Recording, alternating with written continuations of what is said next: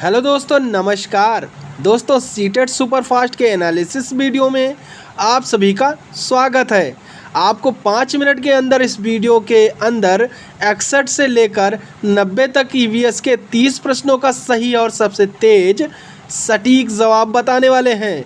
कोई भी यहाँ पर व्याख्या नहीं, केवल अपने प्रश्नों का आंसर देखिएगा और उसे मिलाइए कि कितने सही हैं। सेट कोई भी हो आपका, लेकिन 61 से लेकर 90 तक क्वेश्चन के बीच में ही मिलेंगे। तो 61 नंबर का क्वेश्चन क्या होगा, आइए देखते हैं।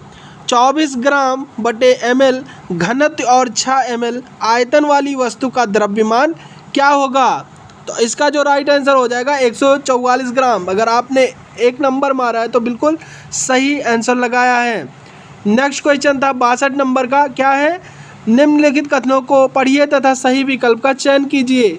इसमें अभिकथन और कारण दिया हुआ था। अभिकथन क्या कह रहा है, दाब लगाने पर गैस को आसानी से संपीड़ित किया जा सकता है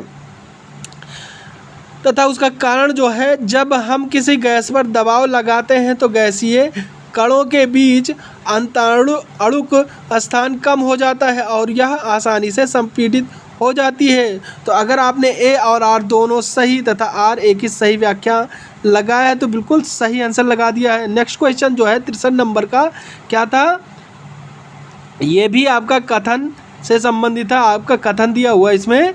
कथन ए है, मनाली में ढालू छतों वाले मजबूत बांसों के खंभों पर बने ऊंचे उठे हुए लकड़ी के घर बनाए जाते हैं। कथन बी है, मनाली में बारिश बहुत होती है और बर्फ़ भी पड़ती है। सही विकल्प चुनना है।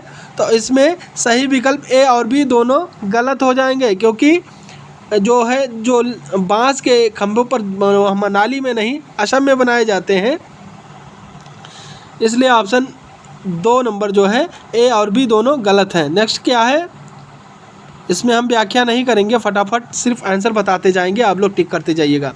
स्तंभ ए और बी दिया हुआ है इसमें। इसका जो राइट आंसर हो जाएगा, ए का जो है चौथा यानी जीरा का छोटा परंतु खुशबूदार हो जाएगा, तथा बी का तीसरा यानी केसर जो है पीले रंग का है। सी जो है मिर्च यानी दक्षिण अमेरिकी से उत्पत्ति है, तथा डी जो है लौंग या कील की तरह दिखता है। तो जो अगर आपने 4 नंबर लगाया तो बिल्कुल सही लगा दिया है। बंगाल की खाड़ी का तटवर्ती राज्य केंद्र शासित प्रदेश है। तो केंद्र शासित प्रदेश कौन सा राज्य है जो बंगाल की खाड़ी के तटवर्ती है, तो वह उड़ीसा हो जाएगा। जंगलों के बारे में निम्नलिखित कथनों पर विचार कीजिए। कुड़ुक्कू भाषा में तोरांग का मतलब जंगल है। झारखंड में ग्राम परिषद पंचायत लॉटरी के माध्यम से यह तय करती है कि किस परिवार को कृषि के लिए कितनी भूमि मिलेगी। जंगल अधिनियम कानून 2007 उन लोगों को अधिकार दिलाता है जो कम से कम 15 वर्षों से जंगलों में रह रहे हैं।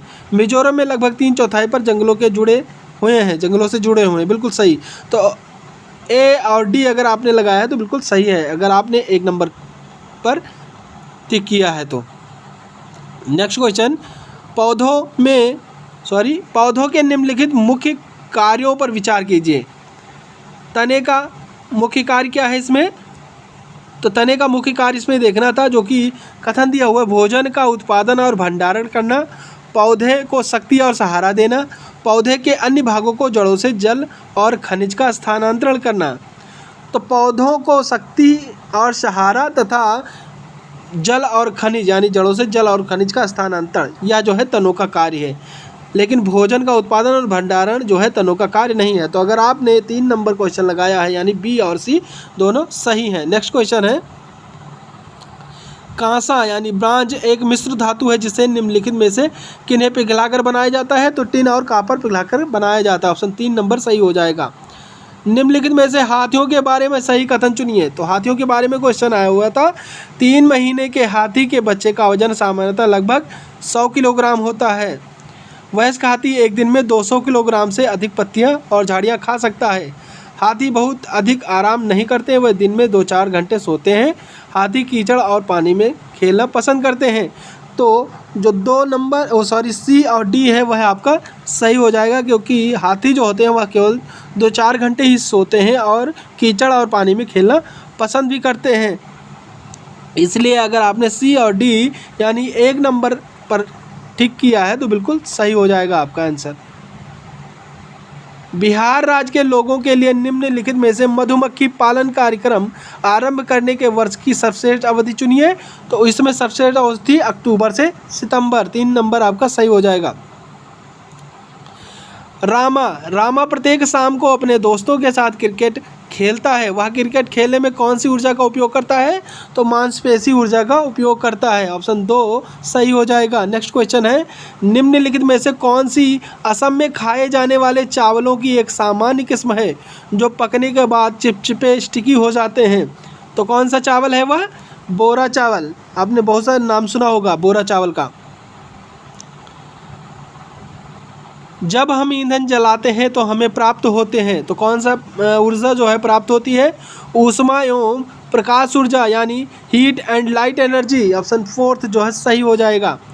सांपों के बारे में गलत कथन का जो है चुनाव करना था हमें। तो वे अपने शिकार को चबाकर खाते हैं, यह कथन आपका गलत हो जाएगा, क्योंकि सांप जो होते हैं वह अपने शिकार को चबाकर नहीं खाते हैं, वह निगल जाते हैं और सांपों के दांत नुकीले भी होते हैं तथा शिकार को पूरा निगल जाते हैं, और जो जहरीले सांपों के डसने वाले दांत भी होते हैं। जो तीसरा है यानी 2, 3, 4 कथन यह सही है, लेकिन वह शिकार को चबाकर खाते हैं कथन सत्य नहीं है यानी गलत है। तो यही आपका सही हो जाएगा। नेक्स्ट है, गुजरात के सापेक्ष उत्तर प्रदेश और आंध्र प्रदेश की क्रमशः स्थितियाँ। तो उत्तर प्रदेश की स्थितियाँ पूछ रहा है तो उत्तर पूरब हो जाएगा, जैसा कि आप देख सकते हैं उसमें उत्तर, दक्षिण, पूरब, पश्चिम। तो इधर हो जाएगा उत्तर पूरब और इधर हो जाएगा मतलब आंध्र प्रदेश दक्षिण पूरब। तो 2 नंबर अगर आपने लगाया है तो वह सही है। नेक्स्ट है, अनीता परिवार थीम को पढ़ाने के लिए एक इकाई योजना तैयार करती है। निम्नलिखित में से उसकी इकाई योजना का शीर्षक होगा। तो उसकी इकाई योजना का शीर्षक परिवार, जिसमें संबंध, लिंग, भूमिकाएं, व्यवसाय, बदलते समय में सामाजिक सांस्कृतिक इकाई के रूप में, यह सभी आपके टॉपिक्स आ जाएंगे, इसलिए 1 नंबर आपका सही हो जाएगा। नेक्स्ट क्वेश्चन था, श्रीमती शीतल ईवीएस की विभिन्न अवधारणाओं को समझने के लिए प्राथमिक कक्षाओं में कहानियों और कविताओं का उपयोग करना पसंद करती है। इस टाइप का अगर क्वेश्चन आया था तो इसमें जो है उपयुक्त कथन देखना था। अगर आपने ACD लगाया है यानी ईवीएस के पाठ्यक्रम को पूरा करना, साथ ही साथ विद्यार्थियों का स्कूल में आने से पहले उनको सुना होना, यह आपका सही है। विद्यार्थियों को अपनी कविताओं और कहानियों को लिखने के लिए प्रोत्साहित करना, विद्यार्थियों को भाषा और संस्कृति में विविधता के बारे में जागरूक बनाना, सही है। पाठों को अधिक संवादात्मक, सुखद और दिलचस्प बनाना, ये सही है। अगर आपने ACD लगाया तो बिल्कुल सही आंसर है 1 नंबर। 78 नंबर का क्वेश्चन क्या है, निम्नलिखित में से कौन सा विकल्प कक्षा 1 से 5 तक ईवीएस पढ़ाने का मुख्य उद्देश्य है? तो मुख्य उद्देश्य कौन सा हो जाएगा? शिक्षार्थियों को कक्षा के अधिगम को स्कूल के बाहर के जीवन से जोड़ने में मदद करना, यानी जो है हेल्पिंग लर्निंग लिंक क्लासरूम, यानी उसको जो है अधिगम को स्कूल के बाहरी जीवन से जोड़ दिया जाए। ऑप्शन 1 जो है सही हो जाएगा। निम्नलिखित कथनों को पढ़िए तथा सही विकल्प का चयन कीजिए। तो जो है अभिकथन है, ईवीएस के सीखने को अवलोकन, पहचान, वर्गीकरण आदि से संबंधित प्रक्रिया कौशल के लिए उन्मुख होने की आवश्यकता है। कारण आर में दिया हुआ विभिन्न प्रक्रिया कौशल प्राप्त करने के माध्यम से ईवीएस के सीखने के परिणामों को हासिल करने की संभावना है। तो अगर आपने ए और आर दोनों सही है इसका, तथा आर ए की सही व्याख्या करता है, 4 नंबर आपका सही हो जाएगा। नेक्स्ट है 80 नंबर का क्वेश्चन आपके स्क्रीन पर, इसका उत्तर आपको बताना है फटाफट। एक ईवीएस शिक्षक को योगात्मक मूल्यांकन के लिए प्रश्न पत्र तैयार करते समय प्रश्न पत्र सामग्री, कवरेज और उद्देश्य पर जोर देना चाहिए। 4 नंबर आपका सही हो जाएगा। एक ईवीएस शिक्षक कक्षा में एक प्रयोग दर्शाता है यानी प्रदर्शित करता है, जिसमें एक अंडा पानी के गिलास में डूब जाता है लेकिन पानी में नमक मिलने पर तैरता है। विद्यार्थियों की पूछताछ के लिए वह निम्नलिखित में से कौन सा सबसे उपयुक्त व्याख्या देगा? पानी के घनत्व के कारण अंडा तैरता है, यानी 4 नंबर आपने अगर क्वेश्चन टिक किया है तो बिल्कुल सही हो जाएगा। 82 नंबर का क्वेश्चन आपकी स्क्रीन पर, कक्षा 3 यानी 3rd के विद्यार्थियों के लिए ईवीएस में निम्नलिखित में से कौन सा सीखने का परिणाम यानी अधिगम प्रतिफल नहीं है? तो नहीं है पूछ रहा है, अच्छे और बुरे स्पर्श अपनी राय व्यक्त करना जो है यही याद का अधिगम प्रतिफल नहीं है। नेक्स्ट क्वेश्चन आता है 83 नंबर, आपको कक्षा 3 से 5 तक के अपने विद्यार्थियों के लिए ईवीएस पाठ्य पुस्तकों का चयन करना है। इस उद्देश्य के लिए निम्नलिखित में से कौन सा मानदंड सबसे उपयुक्त है? तो सबसे उपयुक्त मानदंड जो हो जाएगा, पाठ्य पुस्तक बाल उन्मुख होनी चाहिए तथा लिंग, जाति, वर्ग और धर्म के आधार पर किसी भी रूढ़िवादिता या अपमानजनक व्यवहार से रहित होनी चाहिए। 1 नंबर आपका सही हो जाएगा। 84 नंबर का क्वेश्चन, इसमें जो है स्टेटमेंट से संबंधित क्वेश्चन है। तो पहला स्टेटमेंट जो है अभिकथन दिया हुआ है, प्राथमिक स्तर पर ईवीएस में विषयों के बजाय थीम है। विषयों की तुलना में थीम आधारित ईवीएस सीखना शिक्षकों और विद्यार्थियों के लिए आसान है। तो आसान शब्द इसमें प्रोग्राम, आसान कोई चीज़ नहीं है, सरल और आसान कुछ नहीं होता है, इसलिए आपका कथन जो है ए जो है सही है, परंतु आर गलत है। 1 नंबर आपका अगर आपने लगाया है तो बिल्कुल सही आंसर हो जाएगा। नेक्स्ट क्वेश्चन, एक शिक्षिका ईवीएस शिक्षण के लिए अपने विद्यार्थियों के साथ तुल्यकालिक सिंक्रोनस संप्रेषण का चयन करना चाहती है, वह निम्नलिखित में से किसे चुनेगी?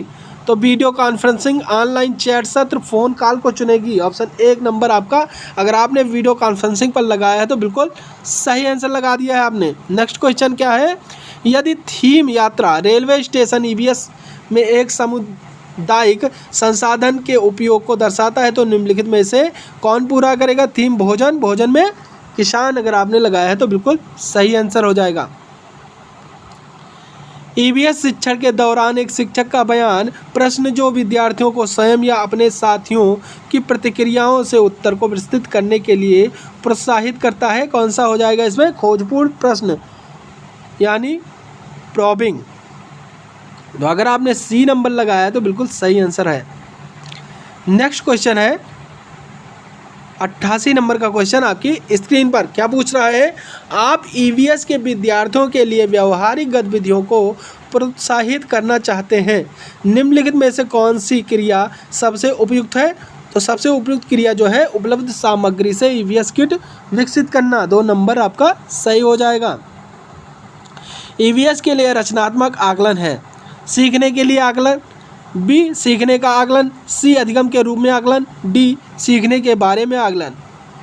तो ए और सी आपका यानी सीखने के लिए आकलन और अधिगम के रूप में आकलन, अगर ए और सी आपने लगाया है तो बिल्कुल सही आंसर पर टिक आपने लगाया है। नेक्स्ट क्वेश्चन जो कि लास्ट क्वेश्चन है, निम्नलिखित कथनों को पढ़िए तथा सही विकल्प का चयन कीजिए। अभिकथन ए है, ईवीएस में क्षेत्र भ्रमण प्रभावी शिक्षा शास्त्रीय रणनीति है, बिल्कुल सही है। क्षेत्र भ्रमण वस्तुओं, घटनाओं और स्थानों की याददाश्त को बढ़ावा देता है, बिल्कुल सही है। तो इसका जो राइट आंसर हो जाएगा, ए और आर दोनों सही है तथा आर ए की सही व्याख्या करता है। तो ऑप्शन 4 जो दिया हुआ है वह बिल्कुल सही दिया हुआ है।